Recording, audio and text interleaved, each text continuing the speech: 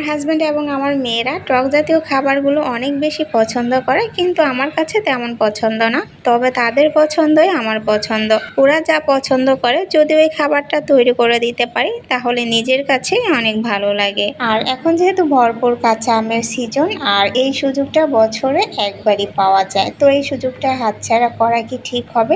তো আমি আজকে যা বানাবো এটা আসলে আমি বানিয়েছিলাম আমার ছোট মেয়ের আবদারে। আমার ছোট মেয়ের বয়স মাত্র 3 বছর প্লাস হয়েছে, যদিও অনেক ছোট, তবে অনেক বেশি পাক না, অনেক কিছু আবদার করে সে। আর যখনই আমি ওকে নিয়ে বাইরে বের হই এই জিনিসটা রাস্তায় দেখলেই খেতে চাই, তাই আমিও ভাবলাম বাসাতেই তৈরি করে দেই। তো আমি এখানে প্রায় 2 কেজির মতো আম নিয়েছি, ভাবছি একটু বেশি করে বানাবো যাতে কিছুদিন রেখে খাওয়া যায়, কিন্তু শেষ পর্যন্ত যা হলো সেটা তো অবশ্যই দেখতে পাবে। আর এই তো আমগুলো ছিলে টুকরো করে কেটে সামান্য একটু পানি দিয়ে সিদ্ধ করে নামিয়ে নিয়েছি।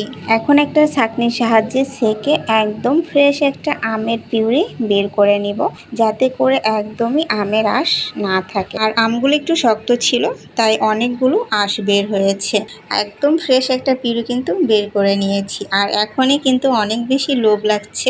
দেন সুন্দর একটা কালার আসার জন্য প্রথমে আমি কিছু চিনি ক্যারামেল করে নেব। কিছু চিনি বলতে পরিমাণ মতো, যতটুকু প্রয়োজন মনে হবে ঠিক ততটুকুই আমি দিয়েছি, ক্যারামেল করে নিয়েছি। আর এই তো আমের পিউরিটা দিয়ে দিচ্ছি, অল্প অল্প করে দিয়ে একদম চিনির সাথে নেড়ে চেড়ে খুব ভালোভাবে মিশিয়ে নিব, যাতে করে চিনিটা দানা পাকাতে না পারে। আর এই তো খুব সুন্দর করে কিন্তু আমি মিশিয়ে নিয়েছি। আর এই পর্যায়ে দিয়ে দিচ্ছি স্বাদ মতো লবণ, সামান্য পরিমাণ মরিচের গুঁড়া। এখানে আমি কোনো চিলি ফ্লেক্স ব্যবহার করব না, কারণ তাহলে ঝাল হয়ে যাবে বেশি, মেয়েরা খেতে পারবে না। আর আমি 1 চামচের মতো পাঁচফোড়ন দিয়ে দিব। আর এখানে কোনো সিরকা ব্যবহার করিনি, কারণ আমি জানি আমসত্ত্বটা বেশি দিন রেখে খেতে পারবো না, তাই আর সিরকা ব্যবহার করারও প্রয়োজন মনে করিনি। জাল করতে করতে একটা পর্যায়ে কিন্তু কালারটাও চেঞ্জ হয়ে গিয়েছে আর অনেকটাই আঠা আঠা ভাব চলে আসছে। ঠিক এই পর্যায়ে নামিয়ে নিচ্ছি। তো আমি যেই পাত্রে সেট করব সেই পাত্রে একটু সরিষার তেল মেখে নিয়েছি। দেন আমের পিউরিটা দিয়ে পাতলা করে ছড়িয়ে নিচ্ছি, একদম পাতলাও না আবার অনেক বেশি মোটাও হবে না। তো আমি যেহেতু একটু বেশি করে বানিয়েছি তাই একটি পাত্রে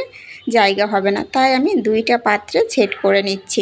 তো সেট করার পর হঠাৎ করেই দেখি প্রচুর পরিমাণে বৃষ্টি শুরু হলো। তো বৃষ্টি যেহেতু শুরু হয়েছে এখন তো আর রোদে তাপে শুকাতে পারবো না। তো শেষমেশ আমি এটা 3 দিন পর্যন্ত রান্না করার সময় চুলার নিচে রেখে দিয়েছিলাম, দেন শুকিয়ে গিয়েছে। কিন্তু আমি তো 2টা পাত্রে সেট করেছি, বাট আমার আমসত্ত্ব এখন আছে জাস্ট একটা প্লেট। আরেকটা পাত্র কিন্তু আমার শুকানোর আগেই খালি হয়ে গিয়েছে, মানে আমার ছোট মেয়েটা একটু একটু করে নিতে নিতে একটা প্লেট খালি করে ফেলেছে। আর এই তো এটাই ছিল আমার আমসত্ত্বর শেষ লুক।